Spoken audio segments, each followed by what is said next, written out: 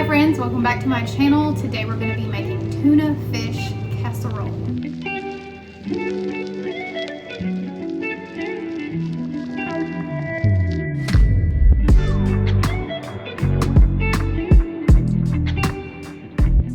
When I was little, this is one of the few things my mom used to cook. It obviously was not low carb friendly or keto friendly at all. She used to use Lay's potato chips on top and a whole bunch of macaroni noodles. It was not that healthy, but it was delicious, and it still to this day is one of my favorite meals. So my friend Melissa and I adapted this recipe. I'm going to show you how to make it, but if you want to look at the written recipe, I'll link it in the description for you guys. You need very few ingredients and very little time to make this, and it's pretty darn delicious. I'm using wild-caught tuna in water.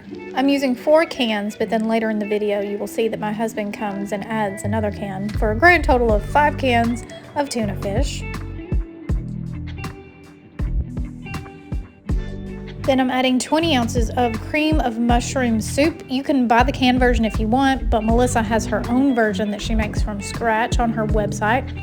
Then I add 2 onions. That's a lot of onions. You don't have to add 2 onions. And I do them in rings so that they are more like noodles. And I also added some chopped up portobello mushrooms in there, just some extra mushrooms, and some garlic powder because I like garlic.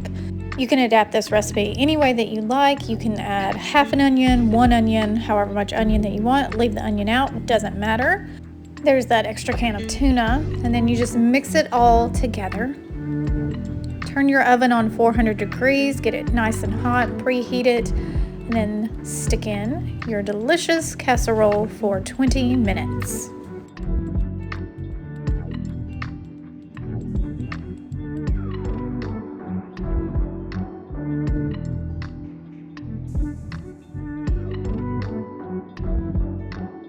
While that's cooking, we're gonna make the topping. So traditionally, like I said, my mom put Lay's potato chips on top of ours.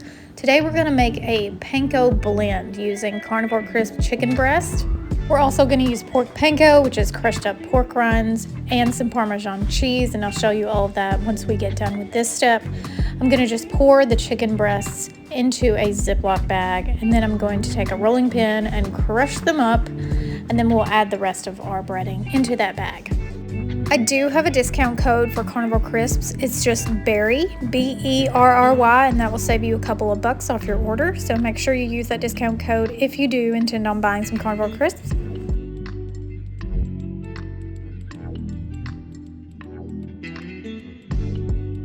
I'm grinding mine up really fine, but you can make it bigger pieces if you would like.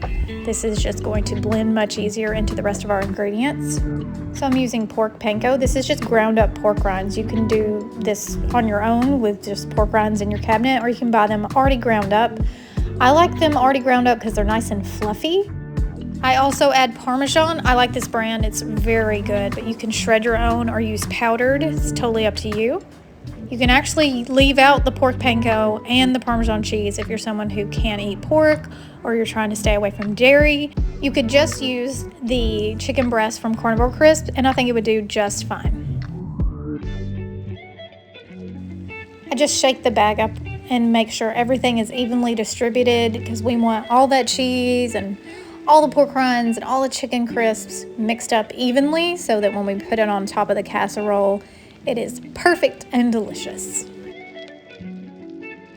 And through the magic of YouTube, it has been 20 minutes. So we're gonna take our casserole out and add our topping and our breading, and then we're gonna put it back in the oven for 5 to 10 minutes, depending on how hot your oven is. Just keep an eye on it. You don't want it to burn. It's probably not gonna burn, but you know, you can never be too careful when it comes to these things. So after 5 to 10 minutes, you're gonna take it out and it's gonna be nice and golden brown on top. Let this sit for about 15 to 20 minutes so that it is nice and set up. I absolutely did not wait 15 to 20 minutes. I just dug right in, but it does set up way better if you give it some time.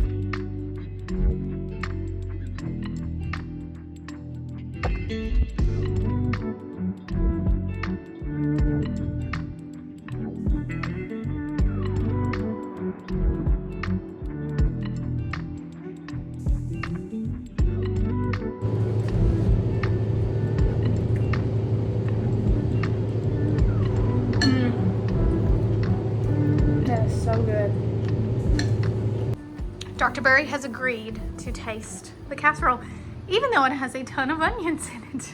I mean, I'm just volunteering because I love my wife. I'm sure it's not going to be any good at all. Is this hot? The top isn't, no. That's pretty. Isn't it? Yeah. Look at that. Nice and beautiful. What's this crispiness? So, crunched up carnivore crisp chicken breast, pork panko, and Parmesan.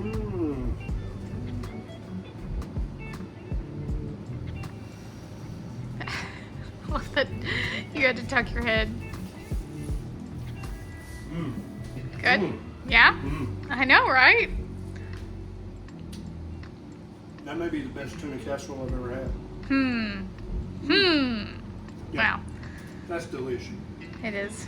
It's amazing. Thanks for watching. I hope that you enjoyed this video. If you did, make sure you hit the thumb on the way out and subscribe for more recipes, what I eat in a day vlogs, and much, much more here on my channel. See you in the next one. Love you, mean it. Bye.